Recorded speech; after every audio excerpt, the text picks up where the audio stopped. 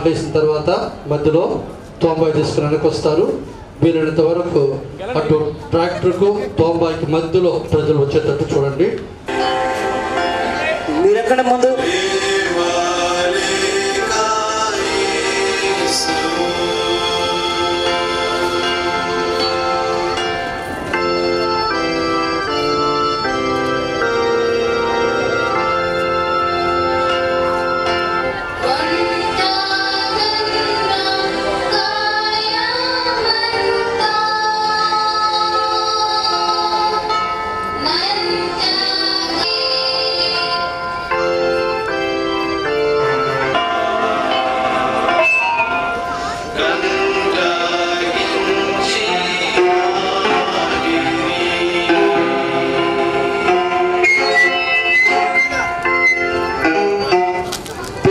ముందు వేడుకలు జపం దయచేసి అందరూ దగ్గరికి వచ్చేయండి.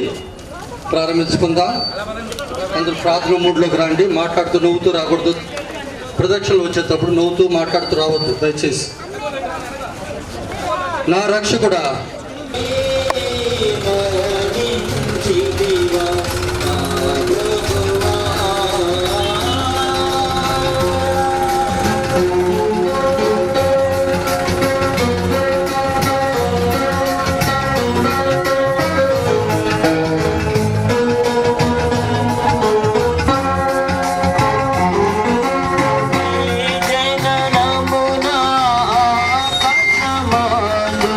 నేను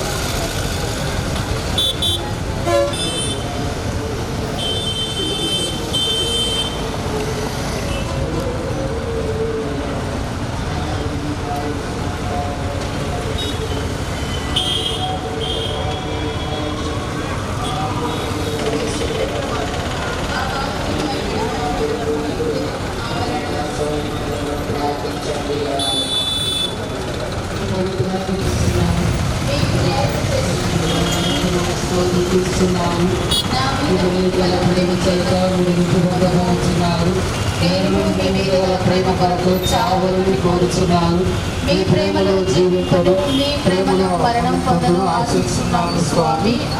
మా మీద దయగా ఉండండి స్వామి. మా మీద దయగా ఉండండి స్వామి. మరణించిన విశ్వాసులాత్మలు సర్వేశ్వర దైవుల సమాధానం విశ్రమించుగాక.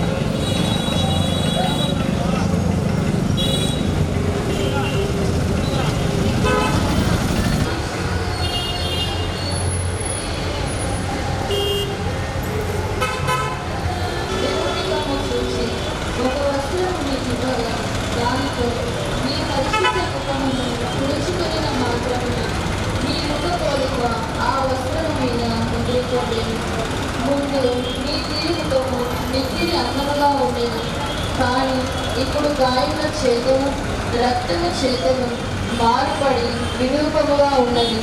జ్ఞాన స్నానంలో నేను మీ ఇష్ట ప్రసాదమును పొందినప్పుడు నా ఆత్మయు అందముగా ఉండెను.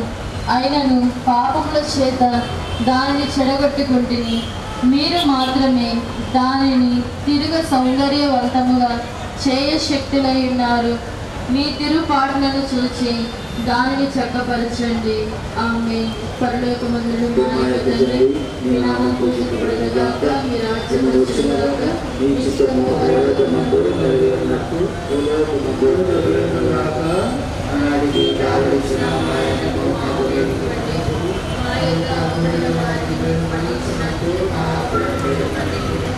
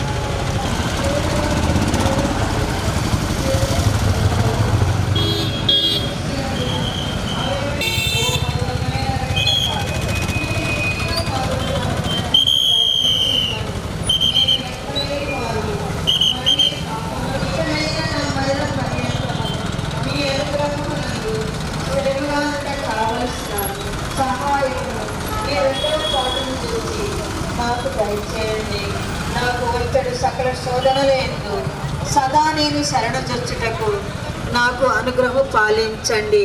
ఇక ఏ నాటికి నేను మిమ్మల్ని ఎడబాయికున్నట్టు చేయండి. పరలోకమందుండెడు మా యొక్క తండ్రి, మీ నామం పూజింపబడుగాక, మీ రాజ్యం వచ్చునుగాక, మీ చిత్తము పరలోకమందు నెరవేరునట్టు భూలోకమందు నెరవేరుగాక. నానాటికి కావలసిన అన్నము మాకు నేటికి ఇవ్వండి. మా యొక్క అప్పుడైన వారిని మేము మన్నించినట్టు మా అప్పులను మీరు మన్నించండి. మమ్ము శోధన ప్రవేశింపనివ్వక కీడులో నుండి మమ్మల్ని రక్షించండి. ఆమె దేవర ప్రసాదము చేత నిండిన మరియమ్మ వందనము. ప్రభు మీతో ఉన్నారు. స్త్రీలలో ఆశీర్వదింపబడిన వారు మీరే. మీ గర్భఫలము చేసి ఆశీర్వదింపబడిన వారు పరిశుద్ధ మరియమ్మ సర్వేశ్వరుని యొక్క మాత పాపాత్మయుడు మా కొరకు ఇప్పుడు మా మరణ సమయమందు ప్రార్థించండి. ఆమేన్.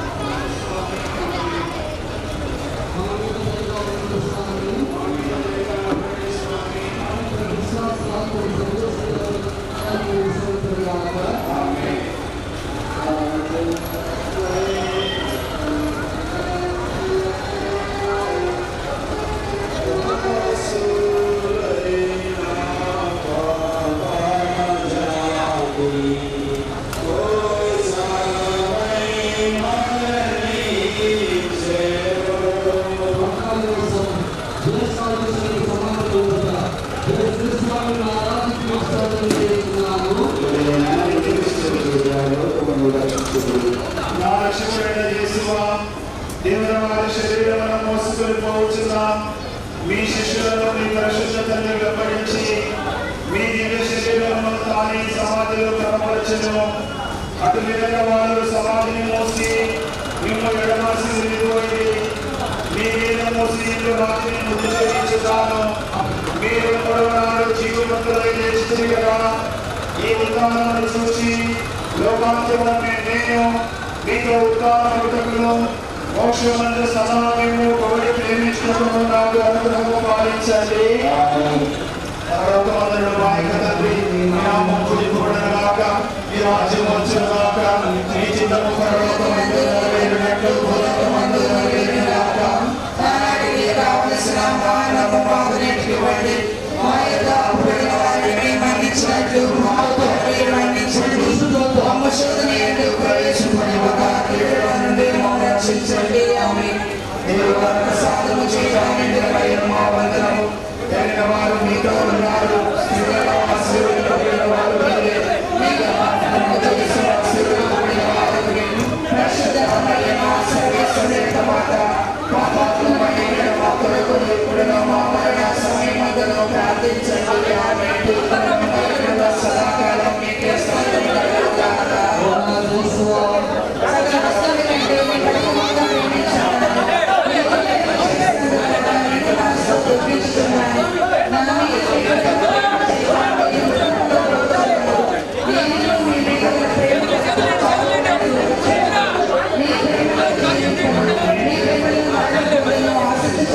స్వామి ఆమేన్.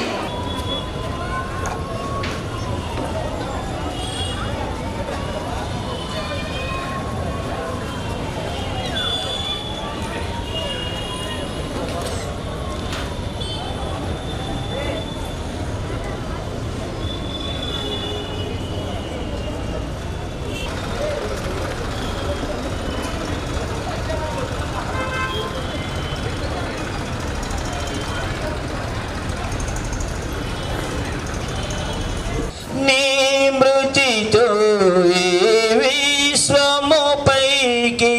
చీకటి తెరలు దిగే. నా ప్రభువా, నా దేవా, నా కొరకే మరణించితివా. దోషములన్నీయు నీ మదిలో కనబడెను. నా దురితములన్నీయు నీ ఎదలో మెదలినవి.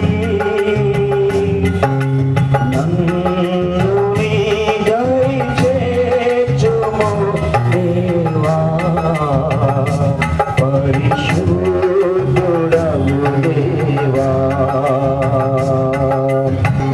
పరిశుద్ధుడవు దేవా. కేవలము నీకే విరోధముగా నీ పాపం చేసితిని. నీ పాపము చేసితిని.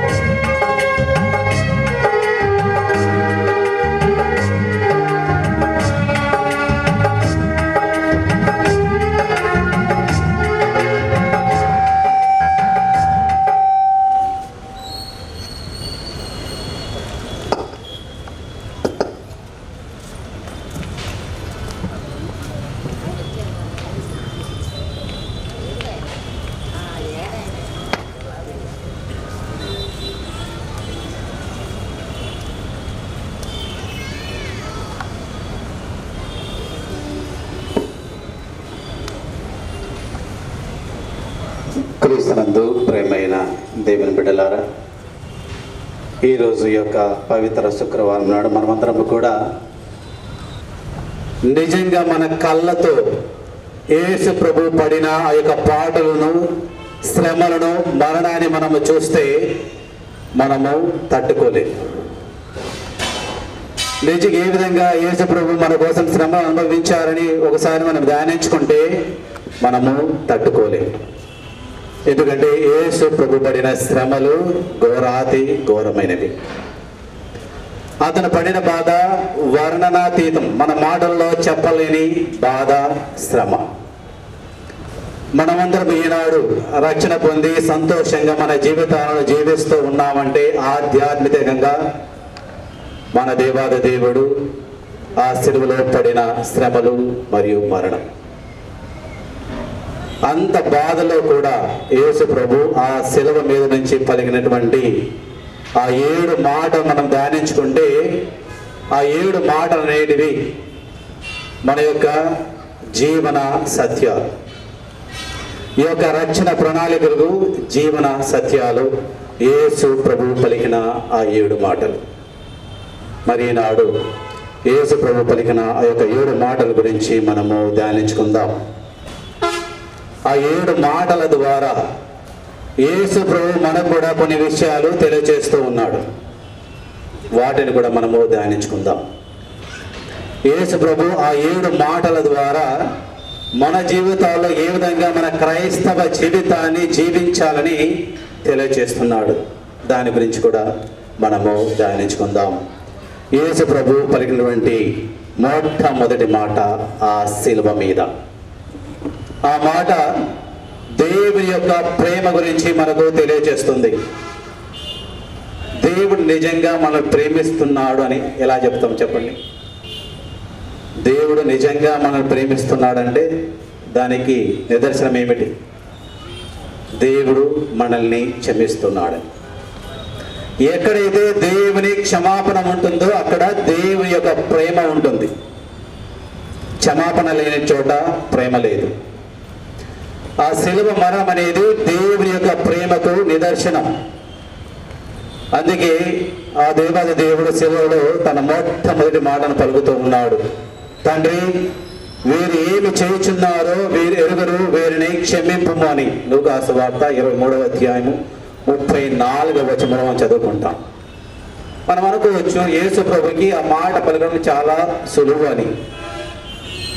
కానీ యేసు ప్రభు పొందిన ఆ యొక్క బాధలు, శ్రమలు ఒకసారి మనము ధ్యానించుకుంటే ఆ బాధలలో ఆ మాట పలికాడంటే అది దేవునికి మాత్రమే సాధ్యం. Praise the Lord, praise the Lord. మన పొరుగింటి వారు కానీ, మా సహోదరు కానీ చిన్న గాయం చేసినా, చిన్న బాధ కలిగించినా మనము ఆ కోపాన్ని తట్టుకోలేము. దారిలో పోయేటప్పుడు ఎవరైనా చేయి తగిలారనుకోండి, ఎలా ఉంటుంది? మనం ఏం మాట్లాడుతాం? నోటి నుంచి వచ్చిన మొట్టమొదటి మాట ఏంది? దేవుడు మేము దీవించును గాక అంటామా? ఏమంటాం? ఫస్ట్ మాట, మొదటి చిన్న గాయమైన మొట్టమొదటి మాట వారి మీద కోప్పడి దూషిస్తాం. చూడండి, యేసు ప్రభుని అన్ని శ్రమలు పెట్టినా కూడా దేవుడు క్షమిస్తూ ఉన్నాడు. అది దేవునికి మాత్రమే సాధ్యం. మరి ఆ దేవాది దేవుని యందు విశ్వాసం నుంచి జీవిస్తున్న మనము కూడా అదే విధంగా జీవించాలని యేసు ప్రభు తెలియజేస్తున్నారు. మత్తయి సువార్త 5వ అధ్యాయము 44వ వచనం చదువుకుంటాం. ప్రభు పలికిన మాట, మీ శత్రువులను ప్రేమించుడి, మిమ్మను శపించు వారిని దీవించుడి, మేము ద్వేషించు వారికి మేలు చేయుడి, మేము హింసించు వారి కొరకును, మేము బాధించు వారి కొరకును ప్రార్థించుడని. ఇవన్నీ చేయాలంటే మనం ఏం చేయాలంటే క్షమించాలి. ఎప్పుడైతే ఇతరులను మనం క్షమించగలమో అప్పుడే వారి కొరకు మనం ప్రార్థించగలము, వారిని ప్రేమించగలము. ప్రియ దేవుని బిడ్డలారా, మరి అలా క్షమించడము సులువా కాదా? ఏమంటారు? ఆ విధంగా క్షమించగలమా? ఎంతమంది క్షమించగలరు అంటారు? క్షమించగలమా లేదా? ప్రియ దేవుని బిడ్డలారా, మన పవిత్ర గ్రంథములు కానీ మన తిరుసభలో చూస్తే ఎంతో మంది వ్యక్తులు, పునీతులు యేసు ప్రభు చూపిన యొక్క క్షమాపణ బాటను జీవించారు, మనకి ఆదర్శంగా ఉన్నారు. మనం అపోస్తల కార్యములను చదువుకుంటాం 7వ అధ్యాయము 6వ వచనంలో స్టీఫెన్ మొట్టమొదటి వేద సాక్షి మరణం పొందిన వ్యక్తి క్రీస్తు కోసం ఎవరైతే అతను రాళ్ళతో కొట్టి చంపుతున్నప్పుడు ప్రభువా ఏ పాపాన్ని వీరిపై ఉంచకము అని ప్రార్థించాడు. ఆస్కార్ రొమేరో మనందరూ తెలుసు, ఆర్చ్ బిషప్గా ఉన్న ఆ వ్యక్తిని, ఆ బిషప్ గారిని పూజ చేసే సమయంలో కాల్చి చంపినప్పుడు ఆ వ్యక్తిని క్షమిస్తూ ఉన్నారు. మనకు తెలుసు 2వ జాన్ పాల్ పాపు గారు పునీతుడు, అతనిని చంపాలని ప్రయత్నించిన వ్యక్తిని జైల్లో వెళ్ళి సంధించి అతన్ని క్షమించి అతనికి జపమాలను అందిస్తూ ఉన్నాడు. మనందరికీ తెలుసు మన భారతదేశంలో సిస్టర్ మరియా రాణి, ఆమె చెప్పిన వ్యక్తిని ఆ కుటుంబ సభ్యులు వెళ్ళి జైలుకి వెళ్ళి సంధించి అతన్ని క్షమిస్తూ ఉన్నారు. క్షమించడం సాధ్యమా కాదా? సాధ్యం. ఒకసారి మన జీవితాన్ని కూడా మనం ఒకసారి పరిశీలించుకుంటే ఎంతవరకు మనము క్షమిస్తూ ఉన్నాం? ప్రియ దేవుని బిడ్డలారా, మనం ప్రతిరోజు కూడా పరలోక జపాన్ని మనము ప్రార్థించుకుంటాం.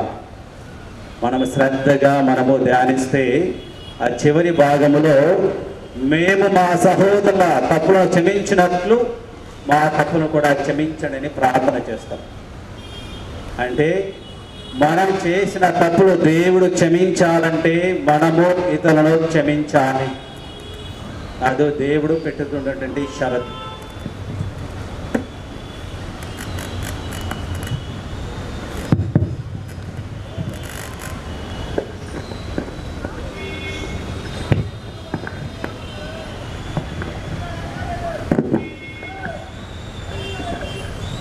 క్రీస్తునందు ప్రేమైన దేవుని బిడ్డలారా, ఈ యొక్క తపస్కాలంలో మనము దేవుని కోసం ఏదైనా చేస్తూ ఉన్నామంటే అది గొప్పనైనది ఏందని తెలుసా? ఈ యొక్క క్షమాగుణాన్ని కలిగి ఉండడం ఆ క్రీస్తు వలె. అప్పుడు నిజంగా మనము క్రీస్తు శ్రమలలో పాలు పంచుకునే వారం అవుతాం. శిలువ మీద నుంచి ఆ యేసు ప్రభు మనల్ని అడుగుతున్నటువంటి మొట్టమొదటి మాట, క్రీస్తు వలె మనము కూడా ఇతరులని మనము క్షమించాలి. అప్పుడే మనము దేవుని ప్రేమను వారికి అందించగలం. ఇదే క్షమాగుణము మన కుటుంబ జీవితాల్లో మన సంఘంలో ఉందనుకోండి, ఎంతో సంతోషంగా మన జీవితాలను, కుటుంబ జీవితాలను మనం జీవించగలం. ఆ క్షమాగుణం లేకుండా ఎన్ని కుటుంబాలు విచ్ఛిన్నమయ్యాయో మనందరికీ తెలుసు. ఒక్క క్షమాపణ లేకపోవడం వల్ల. ఎందుకంటే మనం క్షమించాలి, ఇతను క్షమించాలంటే మనలో ఓర్పు, సహనము, వినయము ఉండాలి. ఇవి ఎప్పుడైతే లోపిస్తాయో అక్కడ వ్యక్తిగత జీవితం కానీ, కుటుంబ జీవితం కానీ, సంఘ జీవితం కానీ విచ్ఛిన్నమవుతుంది. అక్కడ యేసు ప్రభు యొక్క శాంతి, ప్రేమ ఉండవు.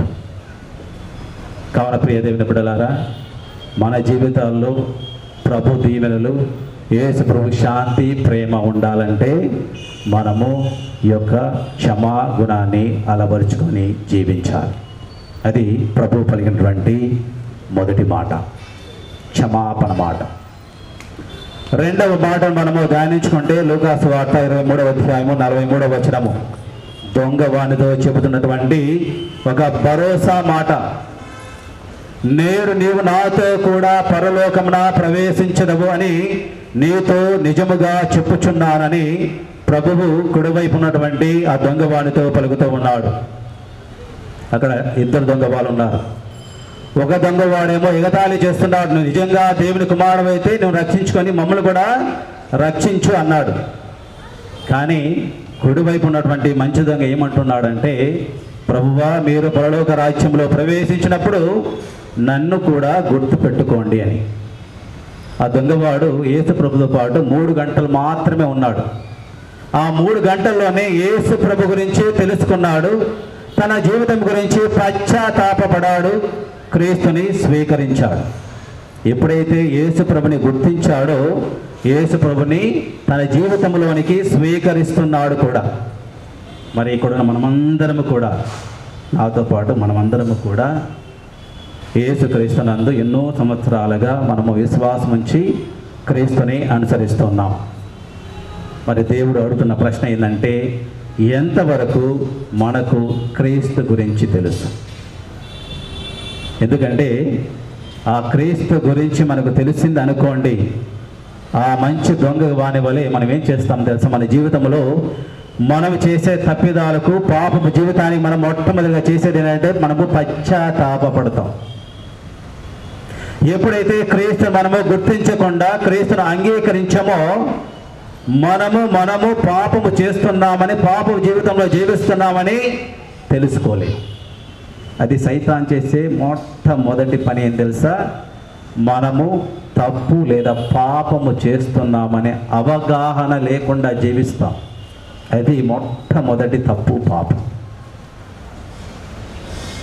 ఎప్పుడైతే మన జీవితంలో ఆ పాపాన్ని తెలుసుకోకుండా జీవిస్తామో మనము ఆ మంచి దొంగవాని వలె దేవుని యొక్క భరోసా, ఆ వాగ్దానాన్ని మనం పొందలేము. యేసు ప్రభు ఆ దొంగవానితో చూస్తే పలికే మాట, నీవు ఇప్పుడు విశ్వసిస్తే ఎప్పుడూ నాతో పాటు ఉంటావు అనలేదు. ప్రభు పలికిన మాట నేడే. నేడే అంటే ఈ రోజే. ఏ రోజైతే ఆ దొంగవాడు యేసు ప్రభుని గురించి తెలుసుకొని పశ్చాత్తాపడ్డాడు ఆ రోజే. అంటే ఈ క్షణములో మన జీవితాలని ఆత్మ పరిశీలన చేసుకొని మన జీవితము దేవునికి అనుగుణంగా లేదని మనము తలంచి దేవుని దగ్గర పశ్చాత్తాపడతాము, ఆనాడే మనకు రక్షణ అనేది వస్తుంది. Praise the Lord, praise the Lord, praise the Lord. ఆ రక్షణ ఎలా ఉంటుందంటే యేసు ప్రభు ఆ దొంగవాడితో పలికిన మాట, నేడే నీవు నాతో పాటు, నాతో కూడా పరలోకమున ప్రవేశించదవని. Praise the Lord, praise the Lord, praise the Lord. Praise the Lord. ఆ రక్షణాపూరిత జీవితం అనేది యేసుతో సహవాసము కలిగిన జీవితం. అది ఈ లోకంలో ఉన్నప్పుడే మనకు ఆ యొక్క భాగ్యం కలగవచ్చు, మరణించిన తర్వాత కూడా కలగవచ్చు. అందుకే యోహాను సువార్తలు మనం చదువుకుంటాం 11వ అధ్యాయంలో, నా యందు విశ్వాసం నుంచి జీవించిన వ్యక్తి కూడా మరణించకుండా ఉంటాడు. అంటే అర్థము ఆ క్రీస్తుతో సహవాసం కలిగి జీవించడం. అదే పరలోక భాగ్యం. అది ఈ లోకంలో ఉన్నప్పుడు అనుభూతి మనం చెందాలి. మరణించిన తర్వాత కలంతకాలము అనుభూతితో క్రీస్తు దేవుని సమక్షంలో మనము జీవిస్తాం. ఆ దేవుడు ఆ భాగ్యాన్ని మనకు ప్రసాదిస్తున్నాడు, ప్రసాదించి ఉన్నాడు. ఎందుకంటే యేసు ప్రభు రాకతో ఈ యొక్క పరలోక రాజ్యాన్ని స్థాపించారు, దేవుని రాజ్యాన్ని స్థాపించారు. మనం ఆ భాగ్యాన్ని పొందాలంటే మనం చేయవలసింది మన యొక్క పాపాలకు పశ్చాత్తాపపడడం.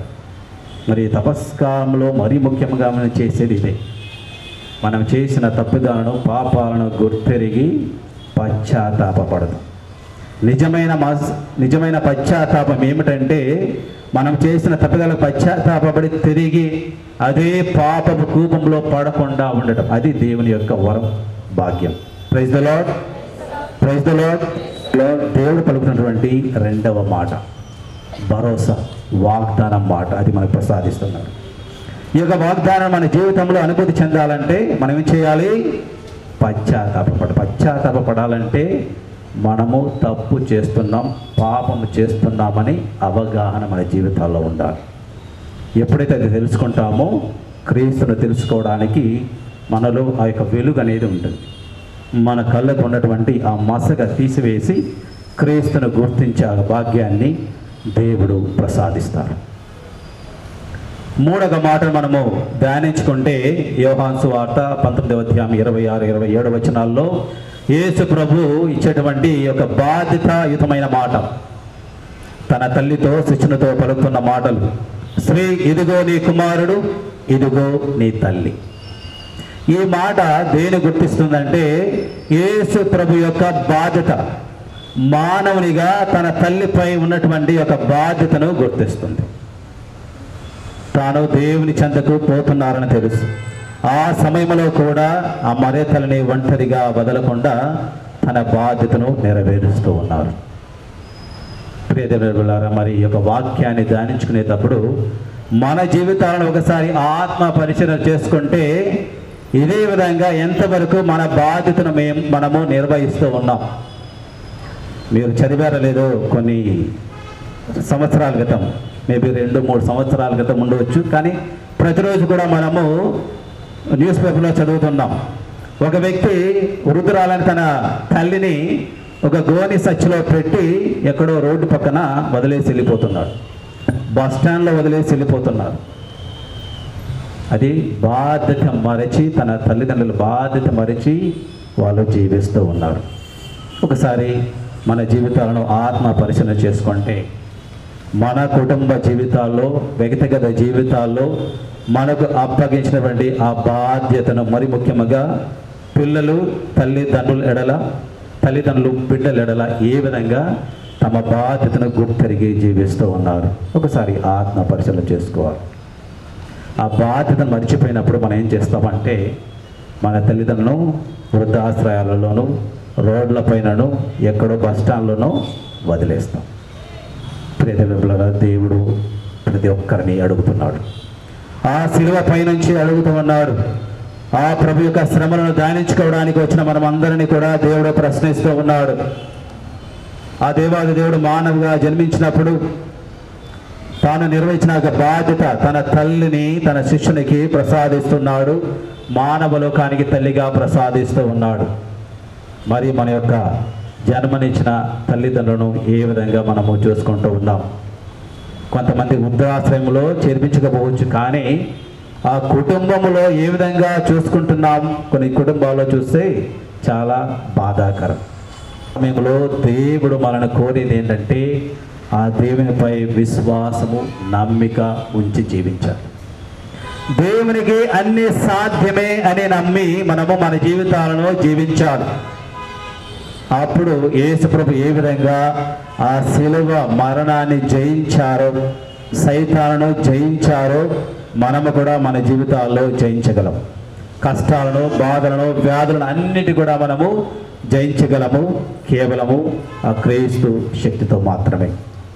ఆ క్రీస్తు తన శిలువ నుంచి చిందించిన ఆ రక్తం వలన మనము స్వస్థత పొంది, శక్తిని పొంది మనము ఈ యొక్క కష్టాలను, బాధలను అధిగమించగలం.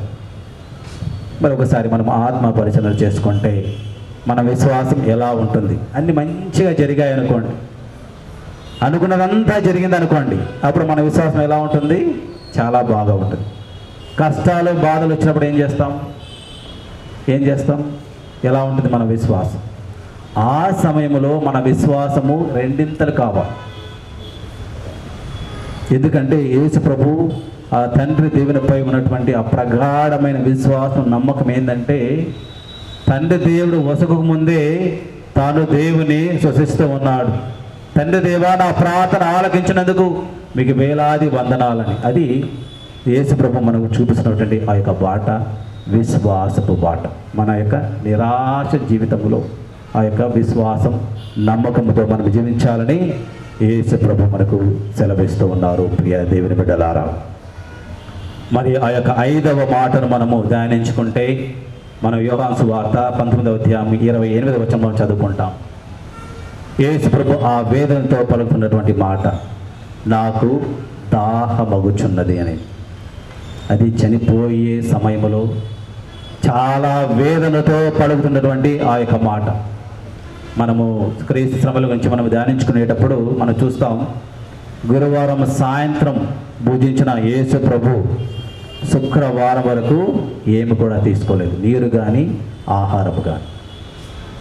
మనం ఒకసారి మెడికల్ పరంగా ఒకసారి ఆలోచిస్తే, ఆహారం లేకుండా ఎన్ని రోజులు జీవించగలం? ఆహారం భుజించకుండా ఎన్ని రోజులు? మనం మెడికల్ పరంగా చూస్తే ఒక 3 వారాల నుంచి ఒక 2 నెలల వరకు కేవలం నీళ్లు తాగుతూ జీవించవచ్చు. నీళ్లు కూడా తాగకుండా ఎన్ని రోజులు బతకగలం? 3 నుంచి 4 రోజులు మాత్రమే. నీళ్లు తాగకపోతే మనము జీవించలేము. చూడండి, యేసు ప్రభు శారీరక పరంగా దాహమగుచున్నదనంటే ఆ యొక్క బాధ ఎలా ఉందంటే, ఆ నీళ్లు తాగున్నటువంటిప్పుడు దాహంగా ఉండి మనం నీళ్లు తాగకపోతే ఆ నాలుక అనేది ఖర్చుకుపోతుంది, మాటలు రావు. అలాంటి వేదన యేసు ప్రభు ఆ శిలువపై అనుభవించారు. అది యేసు ప్రభు పలికిన మాట. అది ఆధ్యాత్మికంగా చూసుకుంటే, నాకు దాహమగుచున్నది అని యేసు ప్రభు పలికిన మాట మన ఆత్మల కోసం యేసు ప్రభుకి ఆ దాహం. నీ కోసం, నా కోసం, ఆ శిలువలో మరణించారు కాబట్టి యేసు ప్రభుకి ఆనాడు కాదు ఈనాడు కూడా మన యొక్క ఆత్మల నిమిత్తమై ప్రతి క్షణము దాహం అవుతున్నదే యేసు ప్రభుకి. కానీ మన జీవితాలు ఒకసారి పరిశీలిస్తే మనకు కూడా దాహం అవుతుంది. ఏం దాహం తెలుసా? నీళ్ళ దాహం కాదు. ఏ దాహం? సమాజంలో ప్రాపంచిక దాహం, వ్యామోహాలు, డబ్బు, హోదా, ఇంకా ఎన్నెన్నో అలాంటి దాహాలు మనకున్నాయి. కానీ ప్రభు మనల్ని కోరే ఆ యొక్క దాహం ఏంటంటే ఆధ్యాత్మిక దాహం. కీర్తనకారుడు 63వ కీర్తన 1వ అధ్యాయంలో ఇదే విధంగా సెలవిస్తున్నాడు. దేవా, నీవు నాకు దేవుడవు, నేను నీ కొరకు ఎదురు చూచుచున్నాను, నా ఆత్మ నీ కొరకు దాహము గొనిచున్నది అని. Praise the Lord, praise the Lord, praise the Lord. ఒకసారి మన జీవితంలో ఆత్మ పరిశీలన చేసుకుంటే మనకు శారీరకపరంగా దాహం అయినప్పుడు ఏ విధంగా ఉంటుందో మనకు తెలుసు. మనము దానికోసం ఎంత ఆతృత పడతామో నాకు తెలుసు. ఆ విధంగా దేవుని కోసం కూడా తాతాలాడాలి మన యొక్క ఆత్మ. అప్పుడు మన జీవితంలో ఆ పరిపూర్ణత, దేవుని యొక్క దీవెనలు మనలో ఉంటాయి. దేవుడు సెలవు నుంచి పలుకుతున్నటువంటి యొక్క 5వ మాట ఏంటంటే మనము ఆ దేవుని కోసం దాహముతో ఉండాలి. మన ఆధ్యాత్మిక దాహాన్ని ఆ దేవుడు మాత్రమే తీర్చగలడు. ఎప్పుడైతే ఈ విశ్వాసంతో జీవిస్తామో మన జీవితంలో ఆధ్యాత్మిక పరంగా అన్ని వరాలను ఆ దేవాది దేవుడు మన జీవితాల్లో దయచేస్తారు. ప్రియ దేవుని బిడ్డలారా, మరి 6వ మాట మనము ధ్యానించుకుంటే యోహాను సువార్త 19వ అధ్యాయం 30వ వచనంలో మనం చదువుకుంటాం. దేవుడు తను చేసిన యొక్క పనిని పరిపూర్తి చేస్తూ సమాప్తమైనది అని పలుకుతూ ఉన్నాడు. దీని గ్రీకులో టెటెలెస్థాయ్ అంటారు. ఆ మాటను ఎప్పుడు వాడతారంటే తనకు అప్పగించిన పనిని పరిపూర్తి చేసినప్పుడు ఆ మాటను పలుకుతాడు. అంటే మీరు అప్పగించిన పని నేను నెరవేర్చాను అని. ఆ దేవాది దేవుడు యేసు ప్రభు ఈ లోకానికి ఎందుకు వచ్చాడో ఆ పనిని ఆ శిలువలో పరిపూర్తి చేస్తూ ఉన్నాడు. మన యొక్క మానవాళి పాప పరిహారార్థమై ఆ శిలువలో శ్రమను అనుభవించి మరణించారు. అది దేవుని యొక్క ప్రణాళిక. ఆ ప్రణాళిక ప్రకారం ఈ భూలోకానికి వచ్చి దేవుడు ఆ శిలువపై పరిపూర్తి చేస్తున్నాడు. అందుకే సమాప్తమైనది. ప్రభువా, నీవు నాకు అప్పగించిన పనిని నేను సంపూర్ణంగా నెరవేరుస్తున్నాను అని దేవుడు పలుకుతూ ఉన్నాడు. మరి దేవుని బిడ్డలారా, క్రైస్తవులుగా మనందరికీ కూడా దేవుడు యొక్క బాధ్యతను అప్పగిస్తూ ఉన్నాడు. వ్యక్తిగతంగా కానీ, కుటుంబపరంగా కానీ, సంఘపరంగా కానీ దేవుడు మనకు బాధ్యతలు ఉన్నాయి. మరి ఆ బాధ్యతలను మనము ఎంతవరకు సక్రమంగా నిర్వహిస్తున్నాం? మనము కూడా ఆ క్రీస్తు వలె చివరికి ఆ మాట అనగలమా? టెటెలెస్థాయ్, సంపూర్ణమైనది, నేను నెరవేర్చాను అని. క్రీస్తు ఆ శిలువలో నుంచి ఈ మాటను పలుకుతూ మనకు తెలియజేస్తూ ఉన్నాడు. మనము ఎంతవరకు ఆ బాధ్యత కలిగి జీవిస్తున్నాం? క్రైస్తవులుగా క్రైస్తవ జీవితంలో ఎంతవరకు ఆ బాధ్యత కలిగి మనము జీవిస్తూ ఉన్నాం? ఆ బాధ్యత నెరవేర్చాలంటే ఆ శక్తి మనకు ఆ క్రీస్తు నుంచి ఆ శిలువలోని మనకు ఆ దేవుడు దయచేస్తాడు. ప్రియ దేవుని బిడ్డలారా, చివరిగా ఆ ప్రభు పలికిన మాటలు లూకా సువార్త 23వ అధ్యాయం 46వ వచనములో, అంతా సంపూర్ణమైనప్పుడు ఆ యేసు ప్రభు, తండ్రి నీ చేతికి నా ఆత్మను అప్పగించుచున్నాను అని చెప్పి తల వంచి మరణిస్తూ ఉన్నారు. తన ఆత్మను ఆ దేవాది దేవునికి సమర్పించుకుంటున్నారు. సమర్పణ మాట ఆ చివరి మాట. ప్రియ దేవుని బిడ్డలారా, మన యొక్క జీవిత మజిలి ముగించినప్పుడు మనము కూడా ఇలాంటి మాట పలకాలి. దేవుడు ప్రసాదించిన ఈ ఆత్మను తిరిగి ఆ దేవునికి మనము అర్పిస్తూ ఉన్నాం. కానీ మనం ధ్యానించుకోవాల్సింది, మన జన్మతో దేవుడు ప్రసాదించిన ఆత్మ ఎలా ఉంది? చివరికి దేవుని మనం ఒకవేళ ఈ క్షణంలో మన యొక్క ఆత్మను దేవుని సమర్పించాలంటే ఏ విధంగా ఉంది? ఆ ఆత్మ యోగ్యంగా ఉందా లేదా అని ఆత్మ పరిశీలన చేసుకోవాలి. దేవుడు ఆనాడు ప్రసాదించిన ఆత్మ ఈనాడు మనం జీవిస్తున్న జీవిత విధానం ద్వారా మలినమైన అటువంటి అపరిశుద్ధమైనటువంటి ఆ యొక్క ఆత్మ. దేవునికి మనం సమర్పించవలసింది పరిశుద్ధమైన పరిపూర్ణమైన ఆత్మను. అలాంటి ఆత్మను హృదయశుద్ధిని దయచేయడానికి ఆ దేవాది దేవుడు ఆ శిలువలో మరణించి ఆ రక్తాన్ని చిందించారు. క్రీస్తు చిందించిన ఆ రక్తము వలన మనము స్వస్థత చేకూర్చబడి పరిశుద్ధపరచబడి సంపూర్ణమైన హృదయాన్ని కలిగి ఉంటున్నాం.